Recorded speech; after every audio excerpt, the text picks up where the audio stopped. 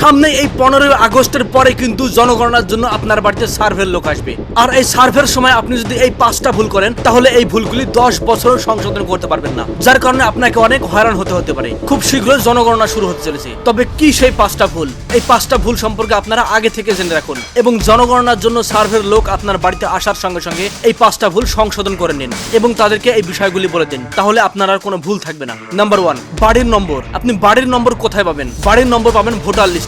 আপনি যদি voter list manage করতে না পারেন তাহলে ভোট দেওয়ার সময় যে স্লিপটা আপনাকে দেওয়া হয়েছিল সেই স্লিপে আপনার বাড়ির নম্বর পাবেন। আর সেই স্লিপটাও যদি হারিয়ে যায় তাহলে আপনি আপনার গ্রামের মেম্বার অথবা প্রধানের কাছে আপনার বুথের ভোটার লিস্ট পাবেন এবং সেই ভোটার লিস্টে আপনার বাড়ির নম্বর পাবেন। Number 2, email ID. বর্তমানে সবাই অ্যান্ড্রয়েড মোবাইল ব্যবহার করে এবং সেই মোবাইলে ইমেল আইডি রয়েছে। এই ইমেল আইডিটা দেওয়া কিন্তু অনেক গুরুত্বপূর্ণ।